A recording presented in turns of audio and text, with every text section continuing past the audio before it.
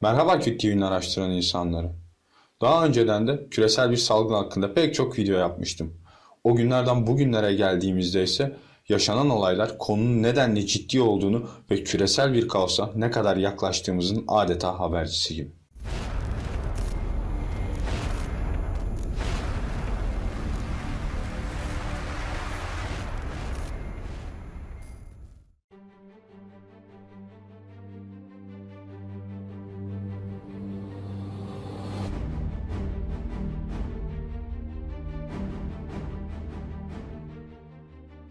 Bazı konularda kafanızın karışık olduğunu biliyorum. Videoya geçmeden önce 18 Kasım videom ve zombilog.com hakkında ortaya atılan bazı iddialara cevap vermek istiyorum. Sevgili Kaan Ünsal Alpa'nın eleştiri hakkında mükemmel bir videosu var. O videonun linkini de açıklamaya bırakıyorum. Arkadaşlar, öncelikle 18 Kasım yalan, prim vesaire tarzı pek çok eleştiri yapıldı. Biliyorsunuz, eleştirmenlik diye bir meslek var. Yani bir konuyu eleştirmek için o konuda ciddi bilgi birikim sahibi olmak gerekir. Bu bağlamda da benim 18 Kasım videomu eleştirmek, post apokalipsinin kelime anlamını dahi benden öğrenen, iki kelime doğru düzgün Türkçe konuşamayan zır cahillere düşmez. Prim, tüm medya platformlarının doğasında var. Prim amacıyla belli başlı videolar yaptığım doğru. Ancak asla prim için insanlara yalan yanlış bir bilgi vermedim. Prim için yaptığım videolar Pinokyo, Pamuk Prenses, Kırmızı Başlıklı Kız gibi masal videolarıdır. Bunların da içerilerinde yalan yahut yanlış bir bilgi yoktur. Ben Kült TV için ihtiyacım olan primi bu şekilde sağladım. Yazık ki bazıları kendilerine gerekli primi Kült TV'ye olmayan bilgileriyle eleştirerek, hatta hakaret ederek cevap alma umuduyla sağlamaya çalışıyor. Benim asla hiçbir zaman kendimi ispat etmeye ihtiyacım olmadı. Kendimi hiç kimseyle bir rekabet içerisinde görmedim. Yardım isteyen herkese de elimden geldiğince yardım ettim ve canlı yayınlarda da, videolarda da, özel mesajlaşmalarımda da her zaman neysem o oldum. Fakat bir takım kişiler topluma karşı farklı konuşurken yalnız kaldıklarında başka şekilde davranarak hatırı sayılır bir ikiyüzlülük örneği sergiliyorlar. 18 Kasım videomda Deep World adlı haber portalının iddialarını sizlerle paylaştım. Bunlar benim şahsi iddialarım değildi. Ayrıca 18 Kasım'da zombi kıyameti başlayacak diye bir ibare videonun hiçbir yerinde yoktur. 18 Kasım'da Amerika'da sansasyonel bir olay olacağından bahsedilmektedir. Nihayetinde de tam da videonun bahsettiği tarihte sarı yelekler hareketi patlak vermiştir. Tek bir farkla olaylar Amerika'da değil de Avrupa'da başlamıştır ve halen de devam etmektedir. Dünyanın en başarılı kaini olarak kabul edilen Nostradamus'un dahi kehanetlerinin %70'i doğru çıkarken bu kadar ufak bir sapma son derece normaldir. Açıkçası 18 Kasım videosu dünya çapında YouTube üzerinde yayınlanmış en başarılı bilgi videolarından bir tanesidir. Nitekim gerçekleşecek bir olayı günü gününe bildirmiştir. Zombilog sitesine gelecek olursak bana ait olduğuna dair bir takım iddialar var. Bunlar külliyen yalandır. Admin ile aşağı yukarı 3 senedir irtibat halindeyim. Siteyi Türkiye'den de ziyaret edenler olduğunu söyledi ve benden Türkçe içerik talep etti. Ben de kırmayarak kendilerine ilettim.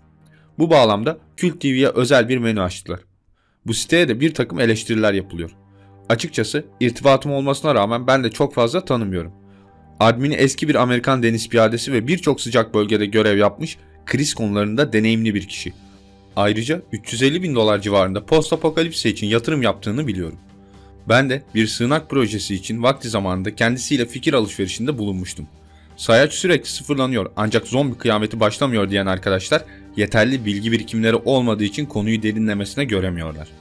Şöyle ki uzun süredir yaptığım gözlemler neticesinde sayaç her sıfırlandığında 48 saat içerisinde dünyada mutlaka büyük bir olay gerçekleşiyor. Yunanistan'daki orman yangını, Irak'taki elektrik kesintisi ve bazı devlet adamlarının yaptıkları sansasyonel açıklamalar bunlara güzel bir örnektir. Bu açıklamalarımla umarım aklınızı karıştıran bazı sorulara cevap vermeyi başarmışımdır. Şimdi gelelim salgın konusunda yaşanan sıcak gelişmelere.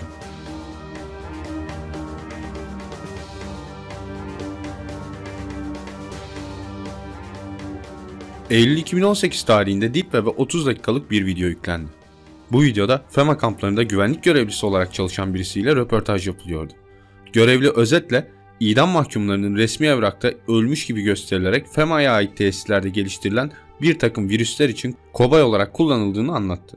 İzleyen ilk haftada röportajı yayınlayan kullanıcı adama ulaşamadığını, ailesiyle irtibat kurduğunu fakat onların da adam için polise kayıp başvurusu yaptığını yazdı. 1 Ekim 2018'de Amerika'da Central Park'ta zombi rakunlar hadisesi patlak verdi.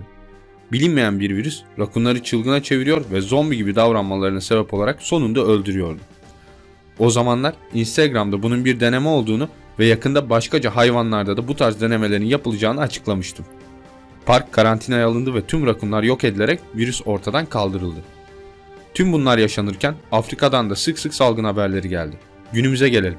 Amerika ve Kuzey Kanada milli parklarında tıpkı benim Instagram'da da bahsettiğim gibi geyikleri zombiye çeviren bir virüs bir anda yayıldı ve hızla da yayılmaya devam ediyor.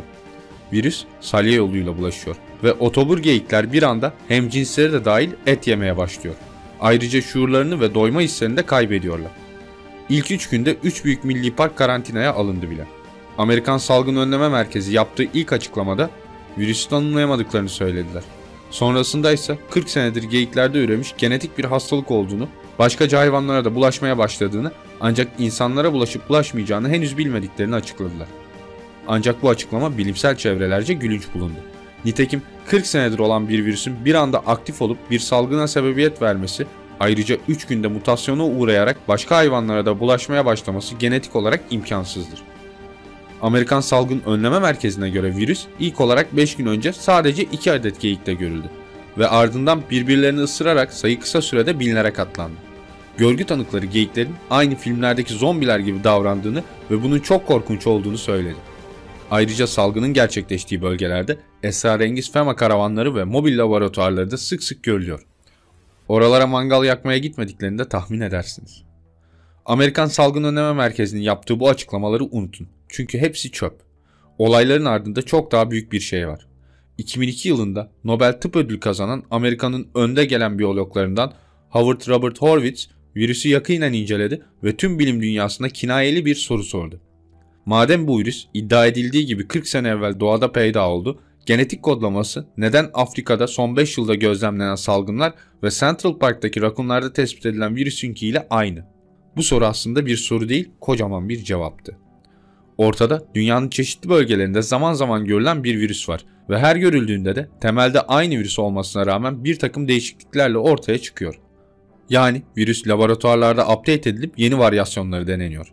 Endişelenmeyin, geyik salgını çok yakında bitecek. Ancak bu olaylar neticesinde virüsün son halini görmüş olduk ve tamamlanmak üzere olduğunu iyice anladık. Şimdi gelelim sonrasında ne olacağını. Artık bundan sonra salgın haberleri bıçak gibi kesilecek. Belki bir kere daha hayvanlar üzerinde son bir deneme yaparlar. Ancak ondan sonra virüs artık tamamen hazır hale gelecektir.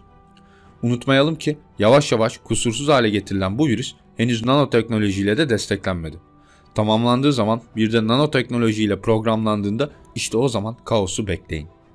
Yine de insanlara bulaştığında şahsi görüşünce aşina olduğumuz zombiler gibi olmayacaklardır. Nihayetinde virüs duyguları ve bilinci yok etse de beslenmek, ateş ve yükseklik gibi tehditlerden uzaklaşmak ve üremek gibi içgüdüsel fonksiyonları yok etmeyip daha da ön plana çıkartmaktadır. Buradan yola çıkarak bu yeni hastalıklı bir insan türü olup su içmeleri, nefes almaları ve üremeleri son derece olasıdır. Ayrıca geyiklerden öğrendiğimiz kadarıyla hiç de öyle yavaş hareket etmiyorlar. Aksine son derece süratliler. Yani şartlar ben böyle bir salgında hayatta kalacağım diyenler için oldukça zor. Ayak sesleri duyulan bu salgın yayıldığında ne yapabiliriz? Türkiye'de gidilebilecek güvenli bir bölge var mı? Böyle bir salgında hayatta kalabilir miyiz? Daha önce Kıyamette Hayatta Kalma Rehberi isimli bir video hazırlayıp sizlere bu soruların cevaplarını vermeye çalışmıştım. Ancak şartlar ve imkanlar değişti. Bu yüzden bu soruların tekrardan cevaplanması gerekiyor. Şimdi sizler için güzel bir sürpriz hazırladım.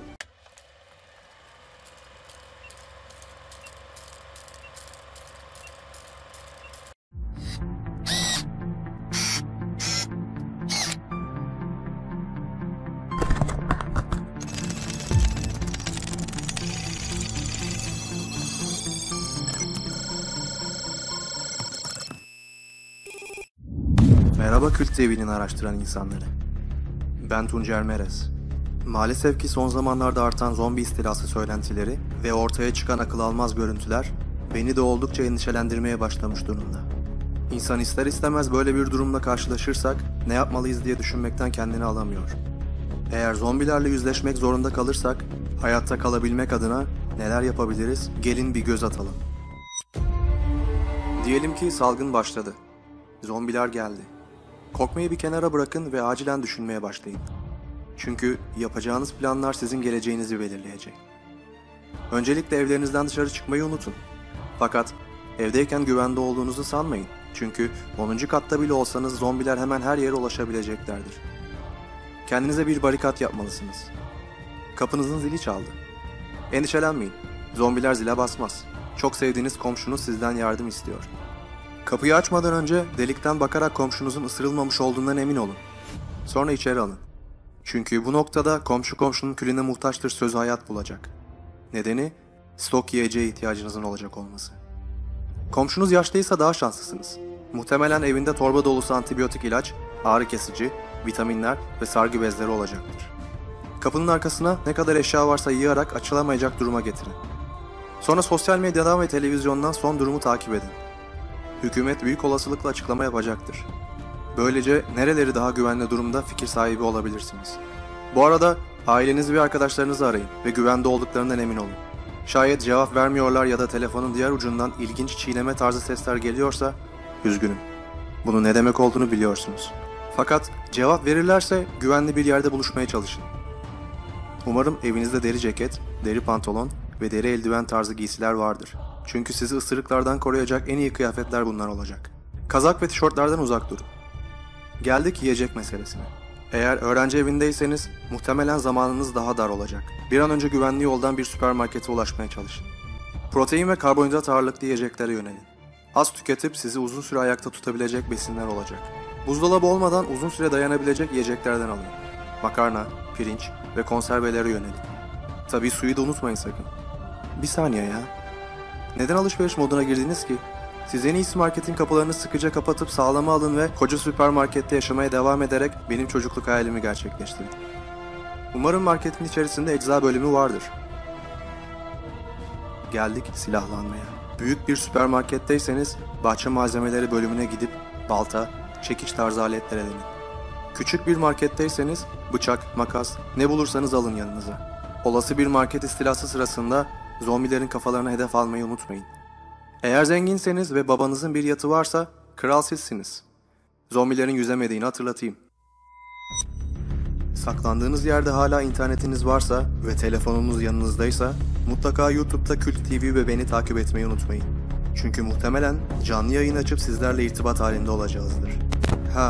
Bu arada Adana'da yaşıyorsanız arkanıza yaslanın ve hayatın tadını çıkarmaya devam edin. Ne demek istediğimi siz anladınız.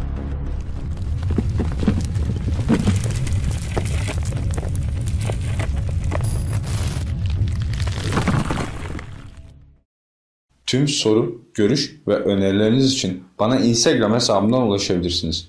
Araştırmalarımızın gelişerek devam edebilmesi için videoyu Facebook, Twitter gibi sosyal ağlarda paylaşmayı, yeni videolardan haberdar olup araştıran insanlar topluluğuna katılmak için Kült TV'ye abone olarak kanalın bildirimlerini açmayı unutmayın. Gelecek videoda görüşünceye kadar hoşça kalın araştıran insanlar.